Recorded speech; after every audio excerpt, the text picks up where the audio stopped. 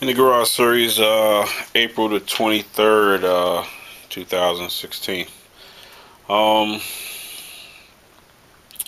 got the 88 Cutlass, me and my boy Ray from a guy named Josh, who lives down in the city. But the car was parked up here in Monticello by his brother's house, and I gathered that his brother wanted the car off the property, and Josh wasn't really doing anything with it. So me and Ray comboed on it because it was such a cheap price, $600. $600 was a good price for the car. Had a good wrench crate motor in it, 8.5 to 1 cast iron motor. Um, the had TCI 350 transmission. I don't know about the converter. The converter looks like a stock converter. I don't know if you see that. I don't know. Anyway, what I was gonna do with the car was I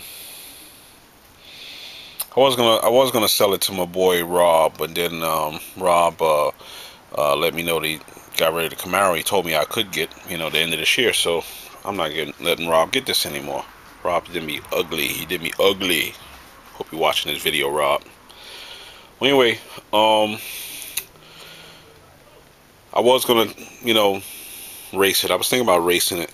Doing a basic budget racer. Something to take to the track to practice with. And yeah, I got to talking to my boy Preacher's Kid about the car, and he wanted the car. And what we decided to do, I was going to give him the car for $200, and I was going to take the motor and tranny out,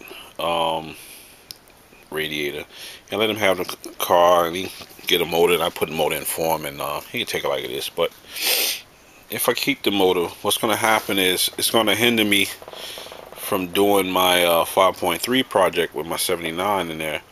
And I told myself when I got rid of the 406 small block that I had that I wasn't doing any more small block Chevys, Gen 1s anyway. And so at the last minute, I decided to tell Mike that he can keep the motor in the car, and I'll put the car together the way it would if I was putting it together for myself, the same way I did when we did a deal with the wagon. And so here it is. So it had the air gap intake on it. Motor is a bone stock small head 8.5 to 1 motor. It wasn't necessary to get a RPM air gap unless he was you putting a cam and you putting better heads on the engine. It's a waste. I was out the other day driving to go get something to eat, and happened to come along these guys with a bunch of stuff on the sidewalk. They were selling in that Performer intake right there, and a set of G-body headers are on the sidewalk. So I gave the guy $80 for them. What a steal. So I pulled the air gap, got some new Felpro 1256 gasket, and put the Performer on there and painted the engine nice Oldsmobile gold color. Mike said it looks nice with the white car. We'll see. So far it looks really good. I like it. Got this new thing for painting intakes too, man. The aluminum, once it starts to get all dirty and dull, it looks kind of tacky. But that gold paint gave that Performer a new life. Okay, so the 350 transmission that was in here I took out, and I replaced it with 350 transmission that was in my 79 that I'm not using right now because I got the overdrive in there. So we're gonna use that 12-inch converter that I had, which is I like it better than this one here. And what else? The headers, either set of G-body headers that I got like 3 sets of G-body headers. And I'm gonna try to mate the headers with this cheesy exhaust system that's under the car. It's like use some afterburner headers.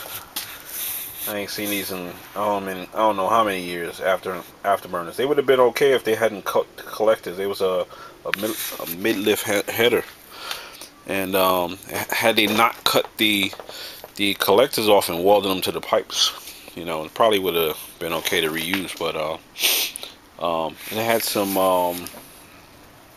copper gaskets, which is good, so I could reuse those. But if this exhaust doesn't, I'm gonna try to mate it up. But if the exhaust doesn't mate up, like a 1 or 2, I'm gonna pull it down and get rid of it, because it's like some old exhaust shop rusty type pipe, you know, regular steel pipe. So it started to rust in certain spots around the welds and stuff like that. So I'll get a new Jegs mandrel bent system like I've been using. I like them. Mail order. They, you know, $200. It was only like 178 when I first bought one. But they work really well. And put them in here, and oh, the fools took and cut the mega shifter's trans lever and welded it to the stock lever. How do you determine whether or not you got the proper engagement? He complained that sometimes the car wouldn't go in park. Duh, you know. Should have just, why did you weld that? That didn't make no sense to me, you know. And every bolt on here that I had to loosen was like gorilla tight, man. You know, wow, you know. Almost, I think my hand is still sore. You know, I'm trying to break some of this stuff loose.